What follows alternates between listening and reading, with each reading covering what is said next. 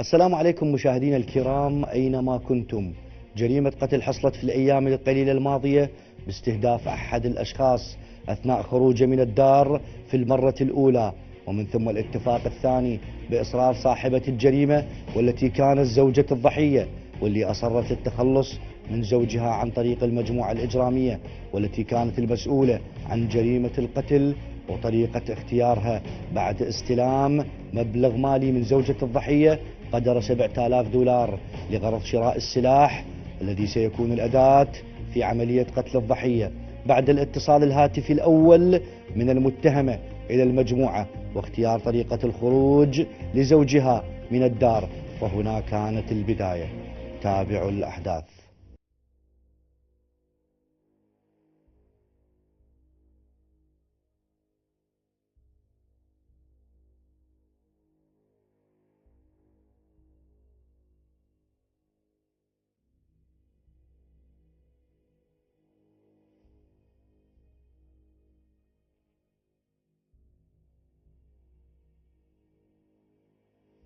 اسمك؟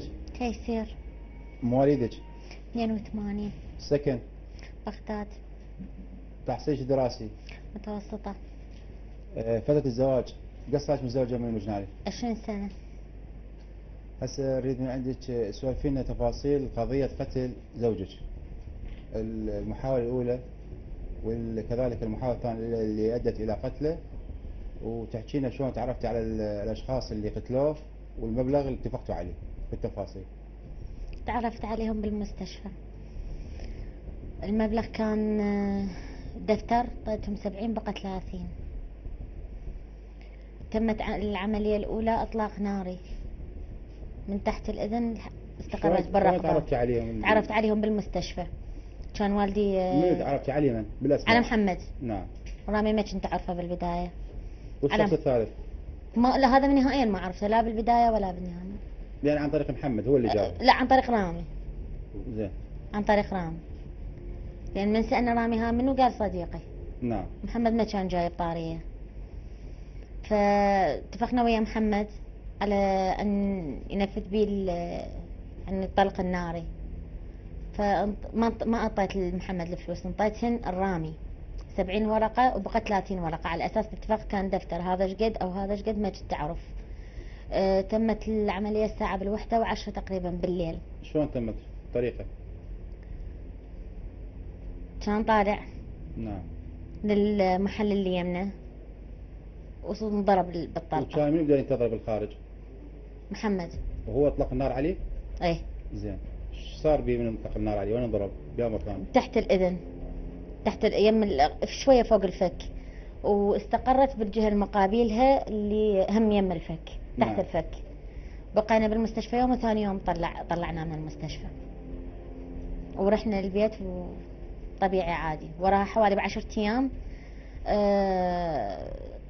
اجا رامي، محمد دز رامي. كنا احنا يعني نعرف بالموعد مال الجاية مال. جات البيت؟ ايه. زين. هو بنفس اليوم بحدود الساعة 1:15 1:10 هيك بالليل. يعني احنا كنا قلنا له من بعد الساعة 12، هو حدد هذا الوقت يعني حتى يكون بالليل. فاجا احنا كنا نعرف بجيته، دخل للبيت. يعني كنتوا تنتظرينه؟ ايه. متفقين على الوقت؟ من بعد الساعة 12. ايه. واضح. ايه. زين. فدخل للبيت، صعدنا احنا فوق. زين. ورا ما كمل وخلص نزلنا جوا، بقى حوالي وراها ربع ساعة. تمت طريقة قتل زوجك شلون تمت القتل؟ خنق هو قال. من كان نايم؟ اي. اعطيتيه فد شيء او كذا؟ اعطيته 2 حبوب فاليوم قبل 5. على مود ينام؟ قبل 5. اي. زين. على مود يستسلم الموضوع كله؟ اي. انطيته بحدود الساعة حوالي 10:30 هيك. نعم. كملي. بالليل قبل الحادثة ب3 ساعات او 4 ساعات. نعم. فكمل وشاف ماكو احد بالشارع وطلع. كم شخص اجى؟ جو 2، رامي وواحد معه لأول مرة ما شايفه. ومحمد؟ يقولون على أساس اسمه أحمد. لا، أحمد. محمد ذاك اللي ضرب الطلقة. زين. هذا اللي اجى ويا رامي يقول اسمه أحمد، ولأول مرة ما شايفه يعني. ما كنا متفقين وياه ولا نعرفه من هو. ما واضح اتفقتي ويا الشخص وهو جاب الباقي؟ اي. نفذوا عليه. شلون صارت العملية؟ خنقوه؟ اي. هو قال لي هو نايم؟ هو قال لي خنق. اي نعم. بعد ما انتهوا من شاف الشارع ما بي احد، صعد الطابق الثاني، عندنا شباك على على الشارع، ظل يباوع من عنده بس ورا ما طفى الضوء يعني حتى لا يبين بالنسبة للناس اللي برا. شاف ماكو احد وطلع. نعم. اي كمل. شو اللي صار بعد ما طلعوا تركوا البيت وطلعوا؟ شو اللي صار وراها؟ شو صرفتي انت وش سويتي؟ شو اللي سويتي؟ ما دخلت للغرفة نهائيا. نعم. يعني ظلينا شلون مثل الخايفين مثل المرتبكين. يعني غسلنا سبحنا وقعدنا تقريبا حوالي ساعة ساعة ونص، يعني حديث بيني وبين كوثر. نعم. وراها اتصلت على أميرة، وراها اتصلت على أبو يوسف أخوه ابن عمه، واتصلت على الشرطة، وراها اتصلت على الإسعاف، وهاي رحنا أخذوه. زين منين عرفتي محمد؟ شلون تعرفتي عليه؟ بالمستشفى. بيا مستشفى؟ مستشفى اليرموك. شلون تعرفتي عليه؟ كان هو خاله نايم. نعم. يعني هو ويا خاله. نعم. واني والدي كان عنده جلطة بالمخ. زين. وتعرفنا عليه. فترة المستشفى 20 يوم. 20 يوم بقيتي المستشفى؟ اي 20 يوم. فصارت علاقتك 20 21 يوم. زين شلون قدرتي تفتحين خط ويا محمد بحيث تتجرئين تطلبين منه هذا الطلب بحيث يقتل زوجك؟ شنو الثقة هذه؟ لا هي زين مو ما ثقتي بان هو يعني يحكي عليك او ما ينفذ بعدين يخبر الشرطة؟ هو عرض علي الموضوع واني وافقت على اساس عرض يعني ليش يعني يعرض عليك هذا الموضوع؟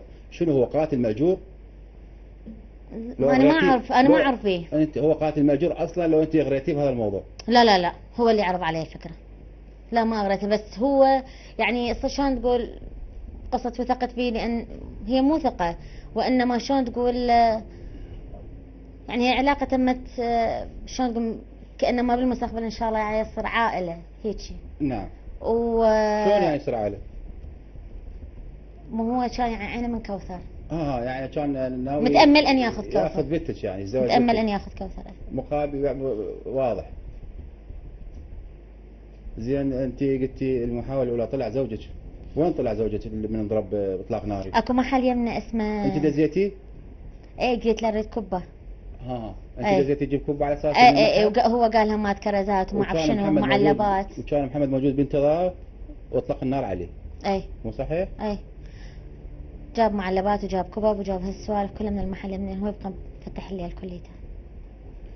زين هذا المبلغ اللي اتفقتي على دفتر مو صحيح مثل ما قلتي انت؟ اتفقتي على دفتر 100 ورقه. اي ويا الاشخاص اللي يقتلون زوجك؟ اي. زين اعطيتيهم تقريبا قلتي 70 ورقه. اي. وبعدين 30. بعدها شنو؟ بعدها ما يتم الجريمه. زين المبلغ هذا منين جبتيه انت؟ تملكين هذا المبلغ انت؟ حتى من خالتي. خالتك؟ اي دايم. ايش قلتي له شنو يعني شنو سبب تاخذ المبلغ من عندها؟ شو ما تجاوبين؟ قلت لها اريده بشغله. محتاجه المبلغ بالشغله؟ اي. زين وضيتك المبلغ 70 ورقه؟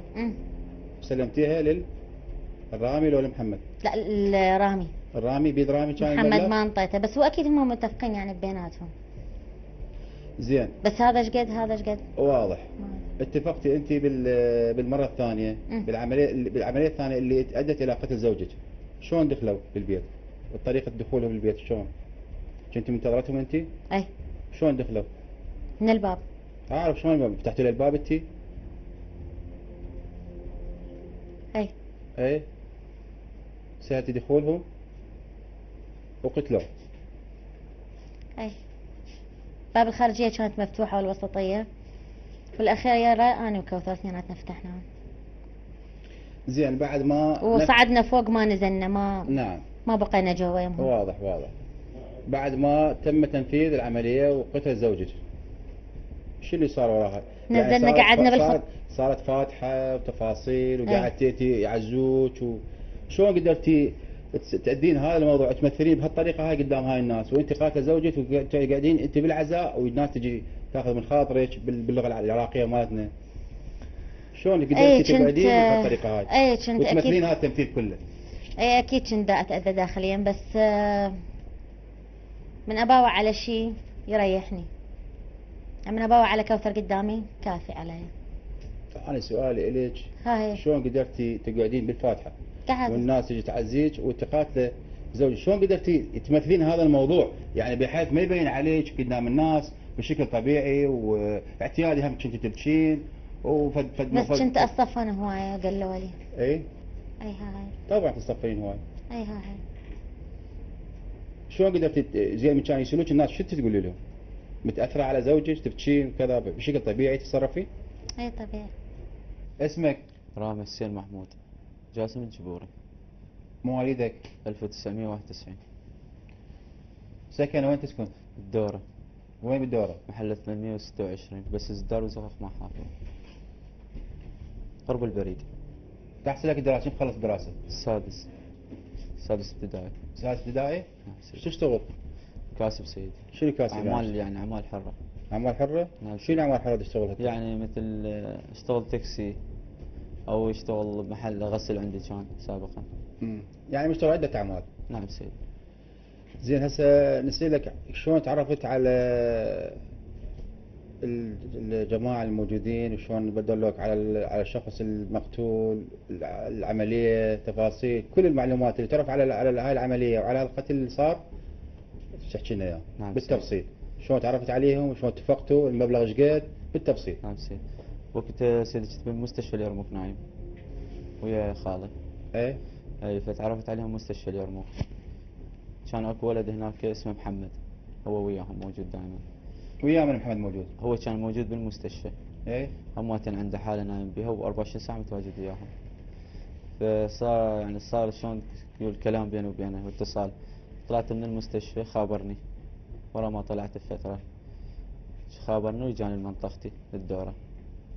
التقينا انا وياه، صدار حكي بيني وبينه، وبعدين رد رحل، وبعدين رجع لي هماتين.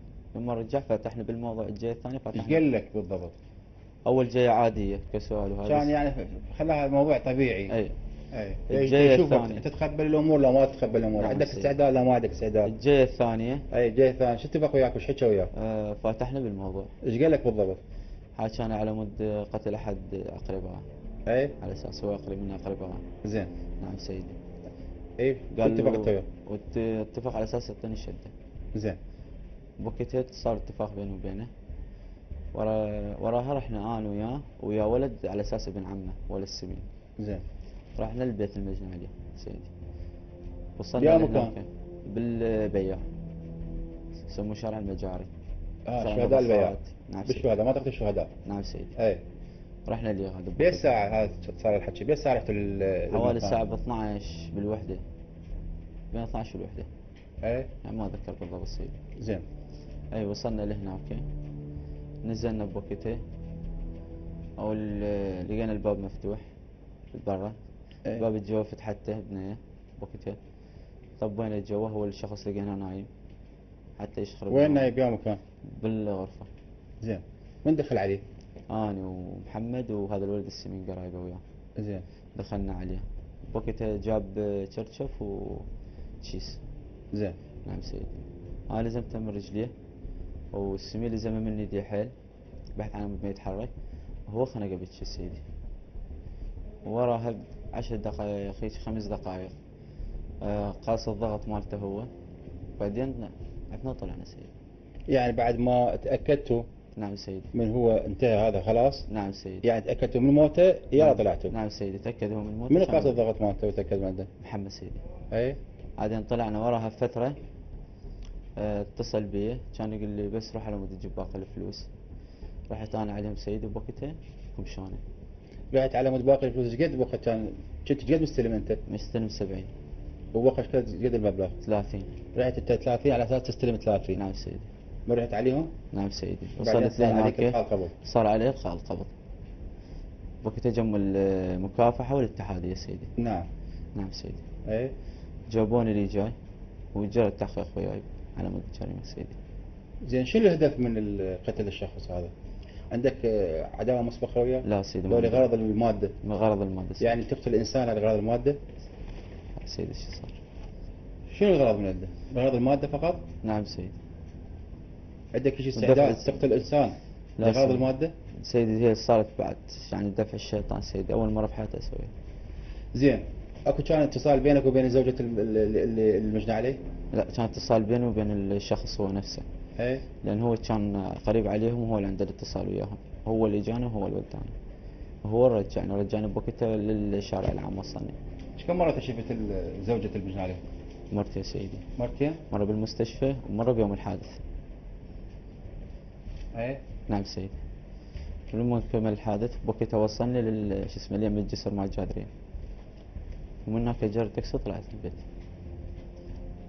انت متزوج؟ نعم سيدي. عندك اطفال؟ نعم سيدي. شنو هسه فادتك هذا المبلغ اللي سويت هاي الجريمه واخذت المبلغ، شنو فادك هسه؟ هسه فقدت نفسك وفقدت عائلتك صحيح واطفالك، فقدت كل شيء. سمعتك، كل الامور. صحيح سيدي، فقدت كل شيء. زين، شنو هاي الجرعه اللي عندك بحيث بعد ما تقتل نعم سيدي. تاخذ مبلغ ورا فتره ترجع للبيت، شنو هالجرأة تجي تجيب زوجتك وياك وتجي تدق الباب وتطلب 30 ورقة؟ شنو هالجرأة هاي اللي عندك؟ شنو يعني هذا؟ يعني حتى الإنسان المحترف يمكن ما يسويه بهالطريقة هاي، يروح يدق باب الناس اللي قاتلهم. صحيح شنو سيدي. هالجرأة هاي اللي خلتك دفعتك تسوي هذا الشيء؟ والله سيدي هسه 10 صارت بعد غلطة، أول مرة غلطته وأكبر غلطة بحياتي. يعني سيدي. تعتبر هاي غلطة أنت؟ يعني سيدي مو جريمة بس غلطة. قتل إنسان. نعم لا سيدي. عندك مشكلة وياه، لا عندك كذا. صحيح سيدي. تعتبرها غلطة هاي جريمة؟ لا تعتبرها سيدي، غلطة هاي؟ مو أكبر غلطة. ذنب، أكبر ذنب. هاي جريمة قتل إنسان. صحيح سيدي. تعرف عواقبها شنو انت هذه؟ ها؟ لا شو سيدي. تسكت ما تحكي ليش؟ سيدي. اللي يتخذ فيك خطوة لازم يعرف شنو العواقب. انت مو عندك اطفال؟ نعم سيدي. زين، انت من قتلت انسان تعرف عنده طفلة هذه البنية موجودة؟ تعرف عنده اهل وعنده ناس وعنده تفاصيل كاملة. ما قلت شنو ذولا مصيرهم؟ شنو مصير بنته؟ صحيح سيدي. وشنو مصير اطفالك حتى كذلك، تفاصيل اطفالك انت شنو سوى مصير اطفالك؟ شنو مصيرهم وشو راح يصير مستقبلهم؟ صحيح سيدي. مستقبلهم ابوهم قاتل. نعم. احكي لي. سيدي وبعد شو أقول لك، يعني هو أول مرة سويت أنا بحياتي، قتلت شخص بدون أي ذنب، يعني هسه حتى عائلتي تدمرت. كان إجبار المتهمة لابنتها بعدم الخروج من الدار والاختلاط مع أقاربها هو لغرض عدم معرفتهم بتفاصيل وأحداث الجريمة، لأنها كانت الشاهدة منذ بداية الاتفاق مع المجموعة الإجرامية وكيفية اختيار الوقت المناسب في عملية القتل الأولى، والتي لم يحالفها الحظ لمفارقة الحياة الضحية، ومن ثم اختيار طريقة قتل أخرى كانت النهاية بالنسبة للضحية. اسمك؟ كوثر. مواليدك؟ 2000. سكن؟ بغداد. تحصيلك الدراسي؟ 5 ابتدائي. شو تصيرين من الضحية؟ والدي. والدك؟ اي. هسه اريدك تحكي لنا تفاصيل القضية اللي انقتل بها والدك، المحاولة الأولى والمحاولة الثانية اللي صارت أدت إلى مقتله، بس تحكي لنا بالتفصيل. كنا بالمستشفى مال اليرموك، كان جدو مجلوط أبو أمي جلطة كاملة. تقريبا ظلينا هناك 15 يوم إلى 16 يوم. اتفقت ماما شافت شخص اسمه رامي. هي ما تعرفه، مو تعرفت عليه بالمستشفى؟ اي، تعرفت عليه بالمستشفى. نعم. اتفقت وياه، قامت تشرح له على اساس بابا يسكر ويجيب نسوان ويجيب رياجة عليها، يعني عدة شغلات. يعني قام تلفق عليه خلينا اي نقول. اي. زين. وش اسمه، قالت له قلت له وش تريد اعطيك؟ قال لها ما يخالف قبل. قال لها وعطيته تقريبا دفتر. نعم. عطت هي حتى يشتري، قال لها اريد اشتري قميص اسود والبنطلون والمسدس والطلقات. عطتها دفتر. تقريبا وراها بيومين اجى الساعة ب1:30 بالليل. دخل، ماما مستنسخت له المفاتيح، دخل للبيت. يعني مطيت نسخة إيه. من المفتاح مال البيت؟ اي. اي. 3 يعني هن 3 بيبان، 3 مستنسخت لي مطيت هي. زين. دخل البيت، بابا كانت مشربته شريطين فاليوم بحيث نايم. هاي المحاولة الأولى؟ اي. زين. مشربته شريطين فاليوم. دخل هو بحيث بابا ما حاسس بشي، ضرب الطلقة وطلع. نعم. اني كنت فوق، ما قبلت ماما تنزلني، كانت حابستني بالغرفة. وراها من نزلت يعني خابرته محمد قالت له ها اطلع لو لا، يعني انزل هو جوا. من اجى ذيك الليله من اجى؟ محمد بس محمد؟ اي. زين. قالت له ها انزل محمد، خلصت قال لها ايه، وهو كان طالع. عاد عاطت علي وعطتني المفاتيح، قالت لي روح اقف لي البيبان. نعم. كان ما موجود. شافت بابا مذمه يعني كله دمايه هي طلقة كانت بفراشه نعم. مو برا. ضربه وماما قالت لها شنو على اساس ما تدري شنو هاي، من ضاربك من مسويك؟ قالها هسه انت بس خابري لي لؤي يصير اخوه البابا. يعني حكى وياها؟ اي يحكي. نعم. خابري لي اخويا بس كان يرجف ووجه اصفر ما بالقوة يحكي. المهم قالت له ماما، قالت له الموبايلات مسروقة، يا من سرقهن على اساس اللي قتلك سرقهن.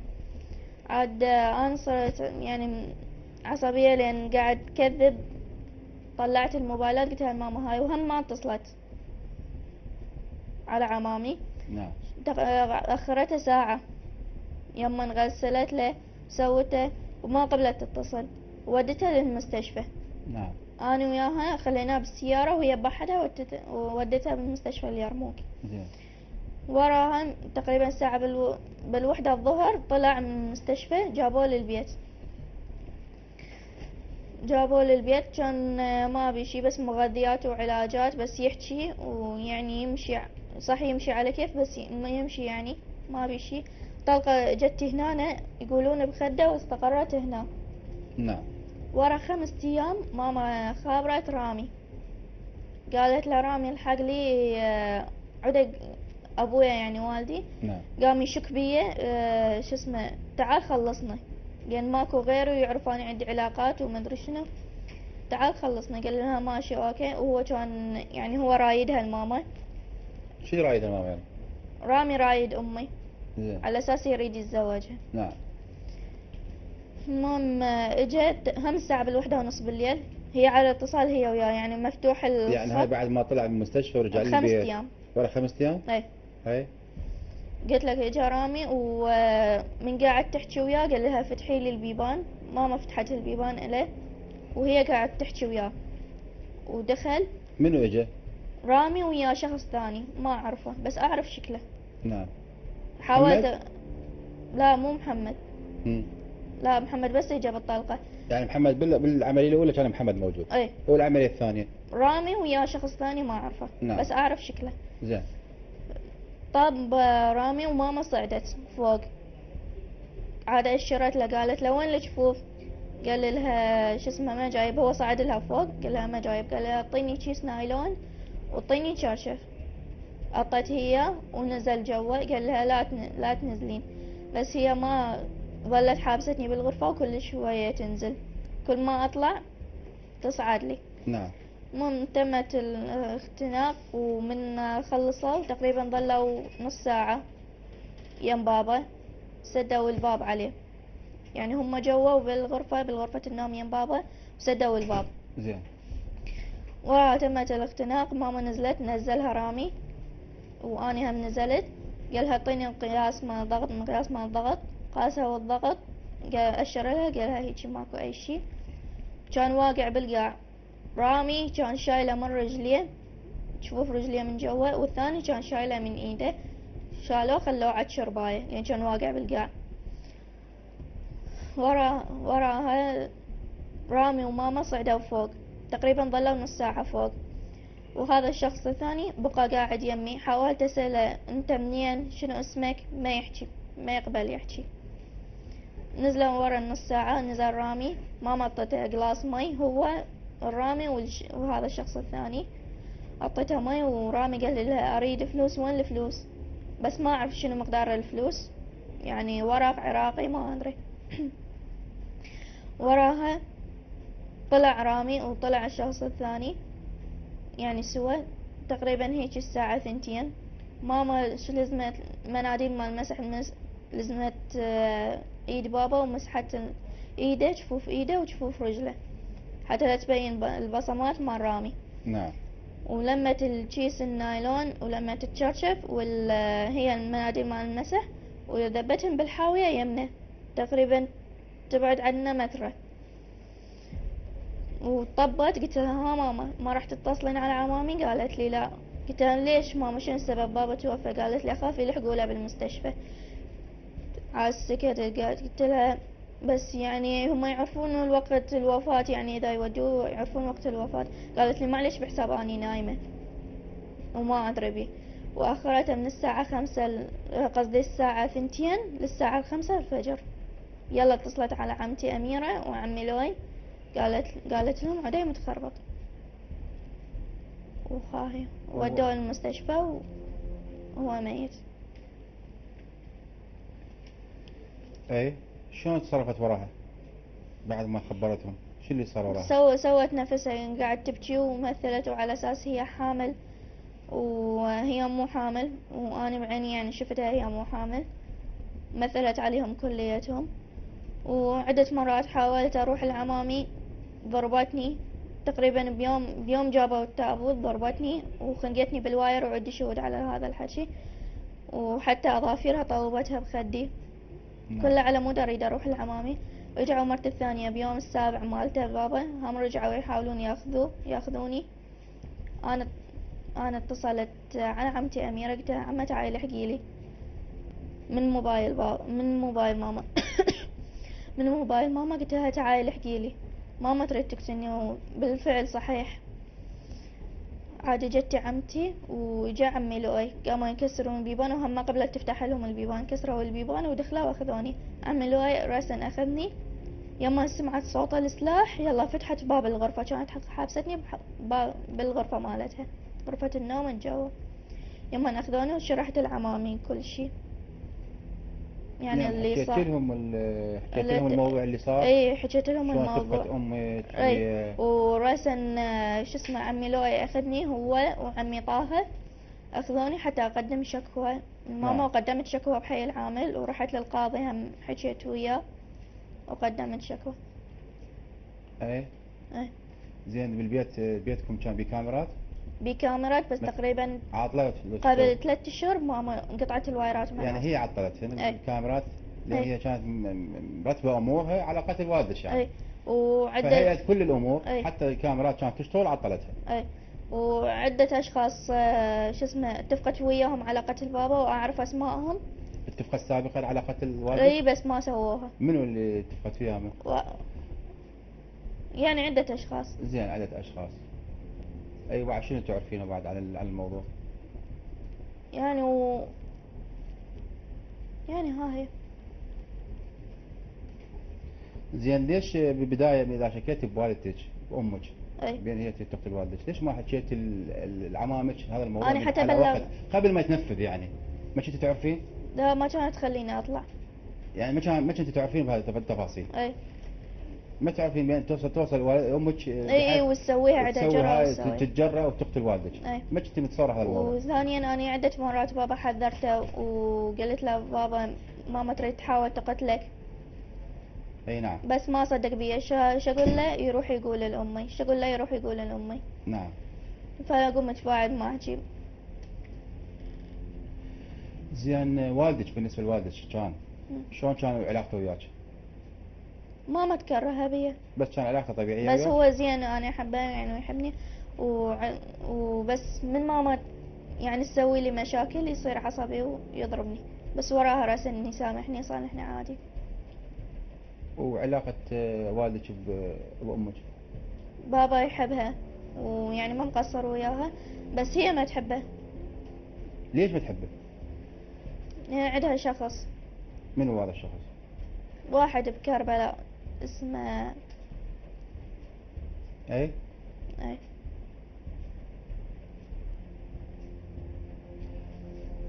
كم تقريبا صار تعرفه 1.5 سنة. زين والدك كان بالبيت يصرف عليك على البيت ما مقصر وياكم في اي تفاصيل لا اي موضوع؟ ابد.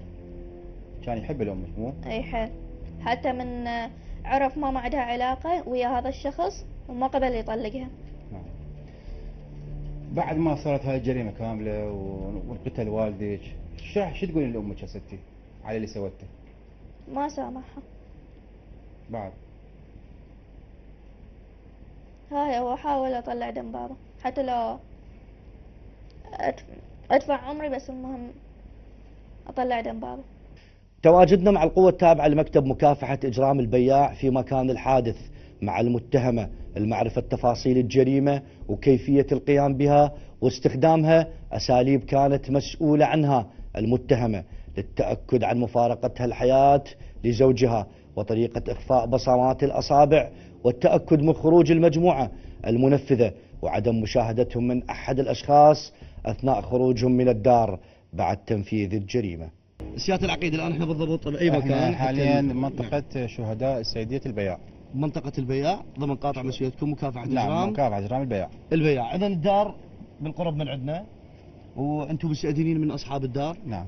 إذا ممكن ندخل نكون قريبين على بداية الدخول إلى الدار حتى نشوف ونوضح تفاصيل وملابسات القضية وكيفية القيام بجريمة القتل واختيار الزمان والمكان أيضا. هذا أخ السلام عليكم. أخو بقية بحياتك.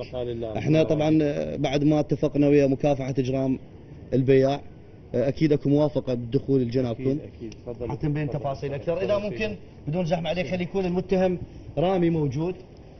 احنا نعتذر طبعا إذا كان الموضوع أنه راح نحضر المتهمين حتى يشرحوا لنا كيفية القتل. اللي راح شو يصير من عندك؟ أخوك بقية بحياتك البقاء لله سبحانه وتعالى. إن شاء الله إذا ممكن يعني راح يجون نكمل التفاصيل بالداخل إذا ممكن بدون زحمة عليك.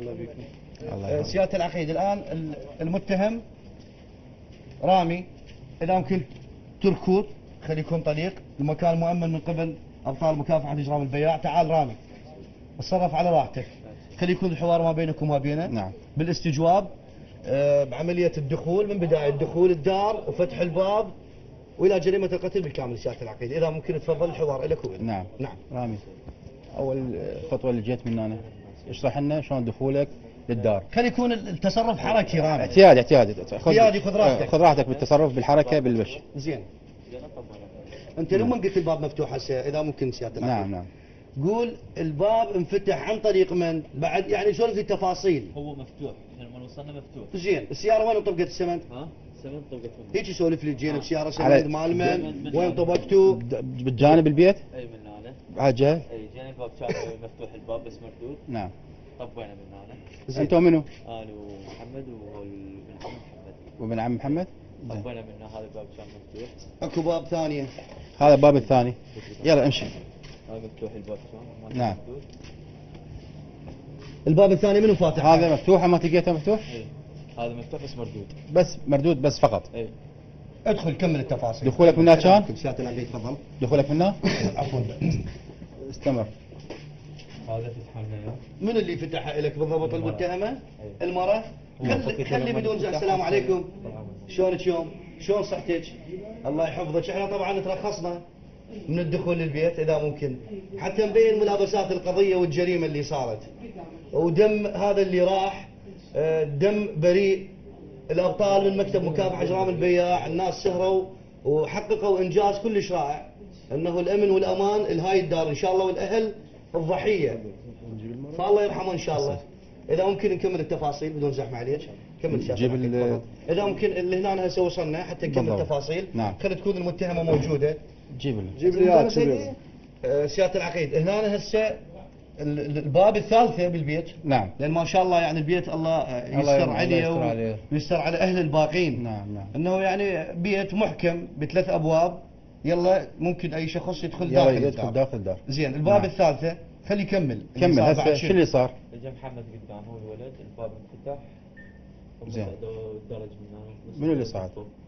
المرأة صعدت.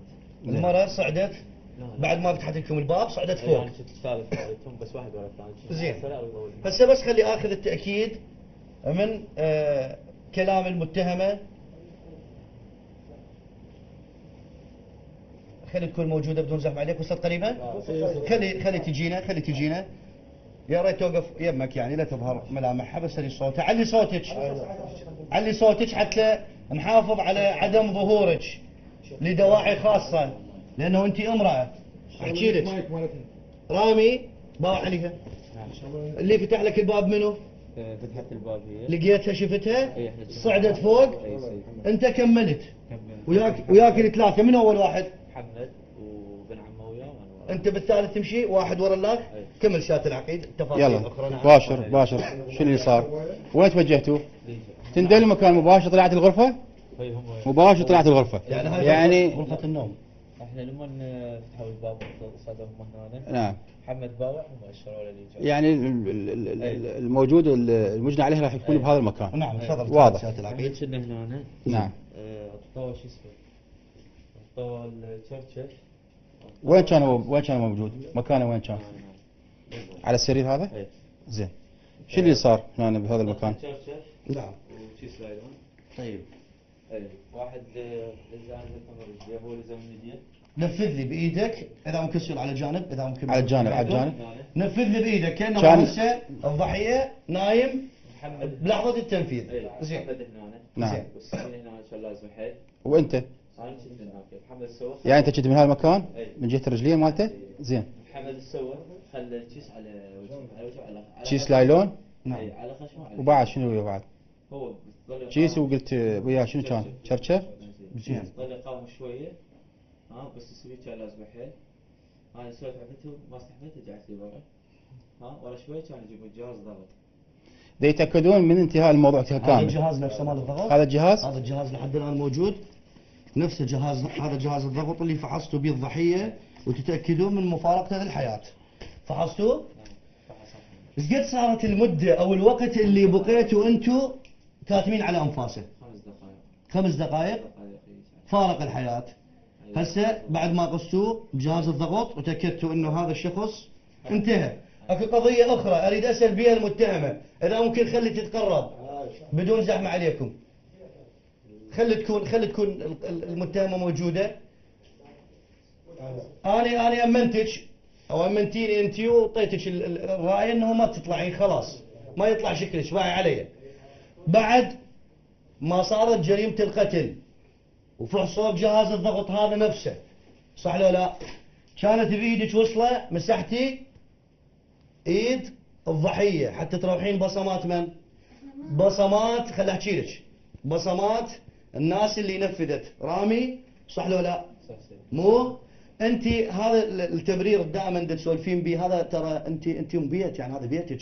خل احكي لك انت خسرتي سمعه خسرتي وضع خسرتي بيت يعني بيتك الله سبحانه وتعالى موفقه يعني سياره عندك رجلك حالته الماديه خير من الله اهل زوجك ناس سمعتهم طيبه الله مطيك بنيه وبالتالي نفذتي جريمه القتل في غرفه النوم اللي هي غرفتك وطبلتي بها 3 اشخاص الغرفتك الخاصه ونفذتي الجريمه على شخص ودمه ما راح. اذا ممكن خلي تروح بعد خلي تنسحب تعال رامي اذا ممكن شات العقيد خلي يكون موجود. طبعا الكاميرا اذا ممكن. طبعا بنت الضحيه اصرت على ان تواجه هذا الشخص المتهم هذا الشخص بطلب يعني اكثر من 3 أو 4 مرات. الان هي موجوده بمكتب مكافحه اجرام البياع واسترخصت من السيد العقيد اكثر من 5 مرات انه تواجه الضحيه. خلي تكون موجوده اذا ممكن وتحكي اللي عندها اذا ممكن. عندك كلام تحب تقدمه حضرتك؟ عندك فد شيء تحب احنا بخدمتك. احنا حقيقة والله نشكر جهودكم هاي المبذولة. يطول عمرك هذا واجب ان شاء الله الله. يبارك بكم وندعو من الله انه يوفقكم بعملكم هذا الشريف. يسلمك ان شاء الله. وعاجزين عن الشكر حقيقة يعني عاجزين. الله يحفظك ان شاء بس الله. نريد اجراءات يعني انه تتخذ بكل الامور يعني ان شاء الله صحيحة. ان شاء الله سبحانه وتعالى. ما طول موجوده ناس اصحاب ضمير وشرف ناس تسهر الليل مع النهار في سبيل ان يرجعون حق دماء العراقيين اللي يتعدون عليها مثل هؤلاء الاشخاص. ان شاء الله تعاونكم وهذا استسلامك للقانون هذا دليل واضح على انه المرحوم الله يرحمه اللي هو اخوك من عائله طيبه ومتماسكه. ما طول انتم مآمنين بالقانون لذلك القانون هو اللي جاب حقكم. اكيد والله هذا أكيد. لداعي ايمانكم بالقانون وبالله سبحانه وتعالى. خلي تكون المتهمه العفو الشاهده موجوده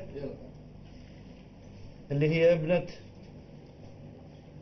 الضحية. هذه الشاهدة اللي هي يعني أنت اللي تعلم، نزلت دم أنا أبوها. أول شيء أقول لك البقية بحياتك حياتك إن شاء الله إحنا كنا أخوتك. إن شاء الله.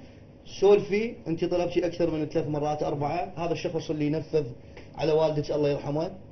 بس أريد أسألك سؤال، ليش نعم. نفذتها ببابا؟ ليش ما جيت من طلبت فلوس، اجيت وقلت لي تعال فلوس، أريد فلوس؟ ليش سويتها هيك؟ هو مأذيك بشي؟ بس أريد أعرف. ما حرام عليك؟ بس أقول لك حكاية واحدة، ما راح أسامحك طول حياتي، لأن حرمتني من بابا يعني أخذته من عندي، وكان هو الوحيد إلي. ولو أدري بيك تريد شغلة، لو تريد فلوس اجيت وقلت لي كان أعطيتك وما قصرت وياك. بس مو تقتل شخص وتجي على مود تاخذ فلوس، شو استفاديت هسه؟ بس حرمتني من بابا وانت راح تقضي نفسك بالحبس؟ ليش؟ شكرا على هاي مشاعرك. إن شاء الله القانون بالدنيا راح يقتص من هذا الشخص ومن اللي ساعده، اللي هي أنا آسف إذا قلت إنه هي والدتك، وبالآخرة من الله سبحانه وتعالى. صح. عندك شيء بعد تريدينه؟ حاضرين احنا. لا هاي شكرا جزيلا لك، بقية بحياتك. حياتك. شكرا سيادة العقيد. الله يسلمك. اخاف شكراً انت أخوي. اذا عندك إذا عندك فد كلام او فد بس قدام الله يبارك بجهودكم الاخوان إن شاء قدام إن شاء الله الجهود. مشكورين على هالجهود هذه اللي بذلتوها. الجهود إن شاء الله دائما موجودة لحماية كل المواطنين العراقيين. الله يبارك إن شاء الله. عمركم إن شاء الله. طبعا قبل لا نخرج من البيت إن شاء الله في كل حلقة أنا أكرر، وفي كل حلقة أيضا أنوه لتفاصيل معينة خاصة باستهداف المواطن العراقي البسيط اللي بدأ يستهدف من حتى أقاربه. كل مواطن ساهم وعمل في المس بالمواطن العراقي حتى ولو بجزء بسيط راح ينال جزاء العادل من قبل القوات الأمنية أصحاب الضمير والشرف اللي يسهرون الليل مع النهار في سبيل أن يظهرون حق دماء العراقيين الأبرياء. إن شاء الله كل شخص عمل وساهم راح ينال جزاء العادل بالدنيا من الله سبحانه وتعالى، وبالآخرة أيضا من الله سبحانه وتعالى، لكن بالدنيا بيد الله في الأرض اللي هم القوات الأمنية والقضاء العراقي إن شاء الله. فالصبر والسلوان لكم، ورحمة الله سبحانه وتعالى واسعة عليكم وعلى فقيدكم اللي راح. زين، شنو كان تفكيرك بعد ما شفت زوجك انقتل وانتهى موضوعه؟ شنو كان اللي يدور براسك بعقلك؟ أول شيء أعوض كوثر عن كل اللي فات بها. نعم. هذا خليه تنسى الموضوع مال الزواج كليته، هذا خليه ترجع للمدرسة، هذا أول خطوة. هاي اثناء الجثه ما زوجك موجوده؟ لا لا لا. تفكرين بهالطريقه هاي؟ لا لا لا، انا دا اقول لك اثناء فتره قتله ورا ثواني شنو كان تفكيرك؟ خايفة حيل، ها؟ خايفين حيل أنا وكوثر، حيل حيل زيادة عن اللزوم، اي بحيث من كثر ما خايفين وجاينا نرجف هو رامي، هو اللي فتح الثلاجة وطلع لنا مي. حيل حيل كنا خايفين زيادة عن اللزوم، بعد من قال لنا نزلوا بالقوة نزلنا جوا، قعدنا بالخطار حتى لا ندخل للغرفة، قعدنا يمكن 10 دقائق أو ربع ساعة. خايفه من شنو؟ اللي تتجرأ وتسوي هذا الموضوع، يعني شلون خايفه؟ خايفه من شنو يعني؟ شنو نوعيه الخوف اللي كنت تخافين من عنده؟ خايفة من رب العالمين. خايفه من رب العالمين؟ زين، اللي يخاف من رب العالمين يقدر يتجرأ ويقتل زوجه؟ الله اكبر. انا بدي افهم هالموضوع، يعني بدا يدخل بعقلي. يعني واحد يخاف من رب العالمين تقتلين تخافين من رب، هاي شلون هاي المقارنه؟ شلون نقول، شلون تختارين هاي الكلمات العجيبه غريبه؟ انا اعتبرها عجيبه غريبه، يعني هذا فشي ما أعرف، يمكن ما شيء حتى عقلي. يمكن ما صدق. يعني احنا هل وصل بينا بمجتمعنا هذا، مجتمعنا العريق، وصل بينا الاجرام لهالدرجه؟ الزوجه تقتل زوجها مهما كانت الاسباب، بس يوصل الانسان اللي عشره 20 سنه عشره وعلاقه واطفال ودنيا ومسؤوليات، مهما كانت التبريرات، هل تبرير يوصل لمرحله القتل؟ قتل الزوج؟ الله اكبر. شنو القضيه؟ وين وصلنا؟ سولف قولي لي شنو التبرير وشنو التفاصيل؟ ليش هيجي؟ اذا اقول لك اياها ما راح تصدقني وما راح زين، اريد اسالك سؤال. زوجك حسب اللي نعرفه هو رجل شاب، حتى مو كبير بالسن ولا مريض ولا لا. راح تقومين بي تفاصيله، هو رجل شاب، اصلا يمكن هو نفس عمرك او اقل او كذا، مو صحيح؟ ماي 72. هو ايام والد 82. زين يعني رجل قريب عليك، هو في السبعينات يعني رجل شاب بعده قوته. كان مقصر وياك في بشيء كمصرف، لا لا كزيادة ناقصة البيت، لا. احتياجات العائلة؟ لا ما كان مقصر بيك؟ لا، بس معاملته كانت بس هاي ماكو اي شيء ثاني مقصر فيه. ما مقصر لا بمصرف ولا باي شيء ثاني. يعني هسه نقول الاتفاق كان على دفتر ويا الاشخاص هذول المجرمين اللي تعرفتي عليهم. الاتفاق كان على دفتر اللي هو شقد؟ 100 ورقة. 100 ورقة. وصلت شقد المبلغ؟ 70. وبقت 30. على شنو؟ تعرفين هاي شنو يسموها الجريمة؟ هاي الجريمة سبق الخاطر والصدق. يعني انت متفق على كل التفاصيل، متفق على كل بحق الواحد. يعني هاي يسمونها جريمة منظمة. تقتلين زوجك اللي هو اقرب الناس الك، اللي مأمنك على حياته وعلى وضعيته وعلى ماله وعلى كل اموره. فاريد نسمع من عندك يعني شنو اللي خلاك دفعك لهذا الموضوع؟ انت تتخلصين من عنده بس؟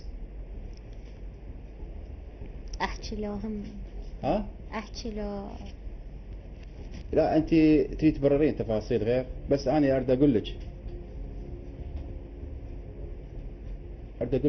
فد موضوع. الدين والشرع والقانون يقبل بهذا الموضوع؟ لا. المجتمع مالتنا يتقبل هذا الموضوع؟ احنا مجتمعنا عشائري. اي مجتمعنا المجتمع العراقي من افضل المجتمعات الموجودة. فلا مجتمعنا يقبله ولا القانون يقبله. فانت شلون قبلتي على نفسك؟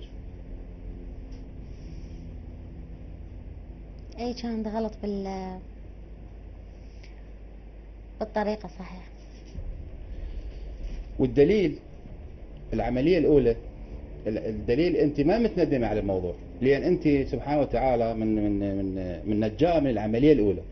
هذا الدليل أكبر دليل بأنت متقصدته، لأن عملية أولى ومنظمة وباتفاق وإطلاق نار، والله سبحانه وتعالى كتب له عمر ما مات، مع ضربة كانت كلش خطرة براسه. ومع هذا بقيتي وانت على تواصل ويا المجموعة؟ لا. بقيتي متواصلة وياهم على العملية الثانية؟ والدليل بين العملية الأولى والعملية الثانية ايش قد الوقت كان؟ تقريبا 12 يوم. يعني 12 يوم.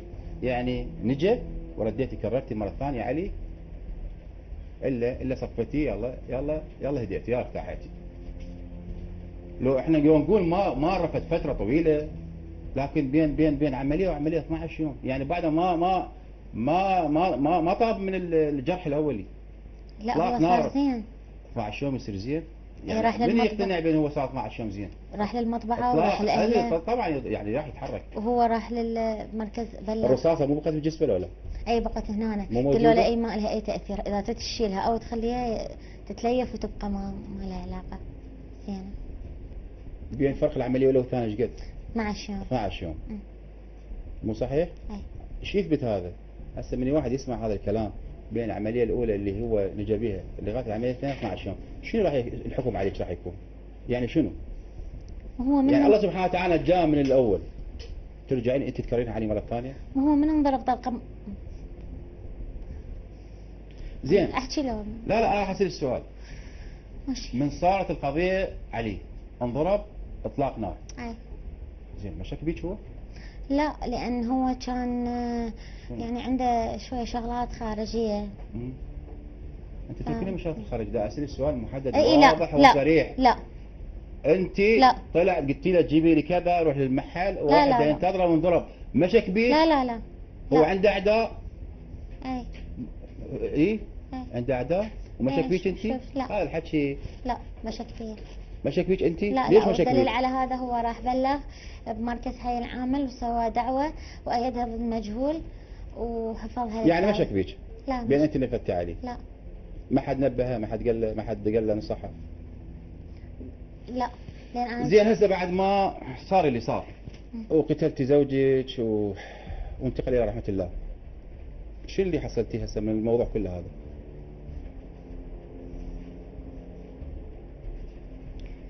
شنو اللي كسبتيه؟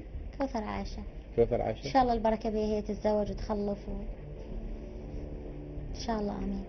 احكي لي تفاصيل بعد اكثر سيدي وبوقت من لما نجي جوك ورا تقريبا ايش كم يوم بعد المستشفى من طلعت المستشفى ايش كم يوم يعني تقريبا اجاك محمد واتصل بيك؟ تقريبا اسبوع هيك اسبوعين ايه هو اتصل بي. شنو اللي دار الحديث بيناتكم؟ يعني حديث عادي يعني شو اخبارك وين ما وين، مثل موجود بالمنطقة ما اطلع لا هيك ولا هيك، قاعد ساكت. يعني بوقتها كان عندي خالة مريض، بعدين وراها بفترة خابرنا هو اللي ما جاني للمنطقة. اجى عادي يعني مسألة عادية، شلونك شلون صحتك شكو ماكو هاي، وراها راح. والجاية الثالثة بوقتها لما جاني كان وياه ابن عمه، سألته قلت له من الشخص هذا؟ اقول ابن عمي. اجى بسيارة سلمى صفرة، توجهنا بوقتها على انتظرته بالتقاطع مال دور المفرق. اتجهنا انا وياه وهذا صحبة هذا الشخص، وقبل ما نتحرك احنا نزل هو من السيارة يعني حكى وياه ظل يعني حوالي بالدقيقتين ثلاثة يحكي وياه على موضوع هذا الشخص. وراها تحركنا، صار حديث بالتليفون بالطريق، خابر هو بمن اتصل؟ اتصل بمارة. شنو كان الحديث وياها؟ وما فاتح هو سبيكر لان تليفونه عادي. هو كلام شنو كان؟ كان يقول له بوقتها سألته كان يقول له شكو ماكو شنو الوضع يمكم. ورا السكت ورا شوي كان يقول له اوكي سد التليفون، قلت له خا ماكو شيء، كان يقول لك شو ماكو شيء. قال لك في المنطقة هذا. بوقتها جينا البيت الضحية. لما وصلنا البيت الضحية توجهنا إلى داخل المنزل، لقينا الباب البرا مفتوح، باب الجوا انفتح حماتين فتحوه. دخلنا، الشخص نايم بالغرفة مالته حتى بنومه يشخر.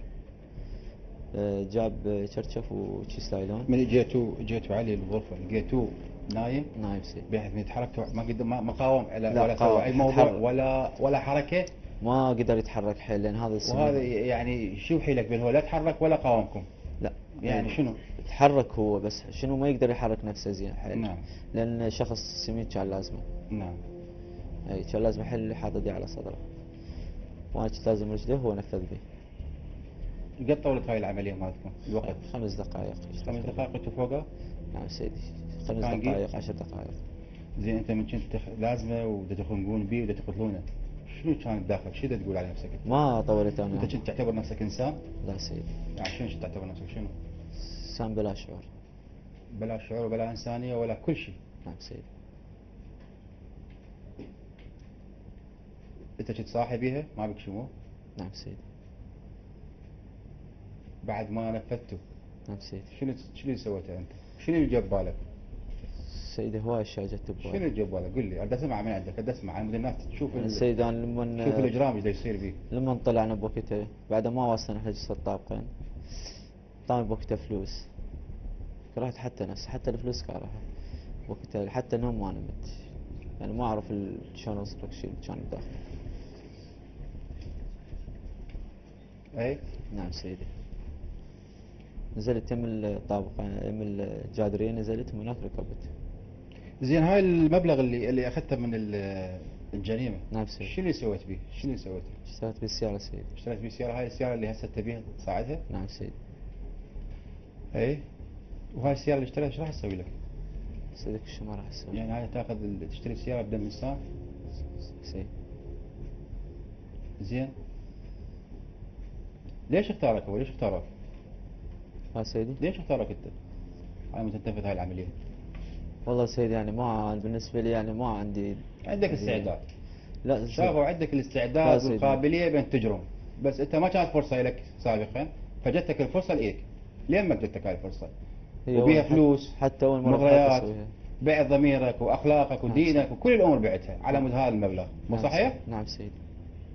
زين مو عيب عليك وعلى امثالك مره تضحك عليكم وتخشمركم وتدخلكم فيك موضوع كبير؟ صحيح قتل سيدي. الانسان. صحيح. ما تخجلون من نفسكم؟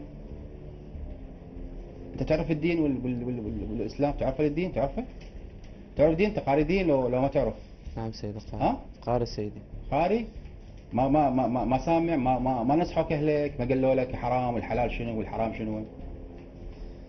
نصحوني سيدي بس انا يعني بوقتها كنت بس انت شنو انسان شرير بداخلك شرير، بس ما لقيت الفرصه، بس جاتك الفرصه نفذت.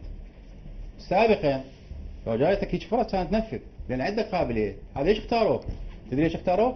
اختاروك لان عندك قابليه للاجرام، لان انت بداخلك انسان مجرم بس ما لقيت الفرصه. وهاي الفرصه والدليل اول مره، مو انت تقول اول مره انا مسوي هذا الموضوع، نعم. اول واحد يعرضك عليك موضوع قبلت به، نعم. لان انت بداخلك مجرم وعندك قتل الانسان بسيط جدا بسيط. لا احكي قول، لا اسمع من عندك شو اللي تقوله، خلي الناس تشوف امثالك اللي موجودين في المجتمع شنو. والله سيدة أنصح كل واحد ما يمشي بيش طريقة نهائية، لأن الطريق ما له نهاية. شنو نهاية هذا الطريق؟ نهايته أسوأ من ما يتخيل الإنسان. نهايته الخزي والعار إلك ولأمثالك. صحيح. خزي إلك والعار ولأهلك، حتى لك هسه الخزي والعار صار عليه بسببك أنت. نعم. شو تقول للشباب اللي موجود؟ والله ما اسمع منك حكايه والله. شو تقول للشباب الموجود ودا يشوفون المشاهدين كذا تسمعك؟ والله سيد أنصحهم لا يمشون بيش طريق، وأي واحد يفتح وياهم ويش موضوع يبتعدون عنه نهائيا. ليش قتلتي بابا؟ يعني كانت طلقتي من عنده او كان تصرفتي غير تصرف، يعني انت قتلتيه وورطتيني وورطتي روحك.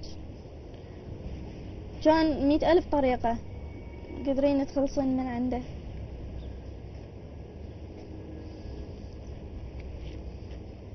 بس انا سلمتك بيد الله، انت بعدين تتحاسبين. انا ما قدرت اسكت، اظل ساكتة وقلت ورحت وقلت، لان هذا دم بابا، ما اقدر اظل ساكتة. بس سلمتك بيد الله. رسالتي في هذه الحلقة: الكل اليوم مسؤول بالاهتمام في ملاحظة جميع الحالات التي تكون بداية لانطلاق الجريمة، لأن انعكاساتها ستكون سلبية لسمعة العائلة وتاريخها. في ختامي شكري الموصول لمديرية مكافحة إجرام بغداد، وشكري الجزيل إلى مكتب مكافحة إجرام البياع، وامتناني إلى مديرية العلاقات والإعلام في وزارة الداخلية لدعمها المتواصل لإنجاح فكرة البرنامج. ألتقي بكم في الأسبوع القادم وأحداث لا يمكن السكوت عنها.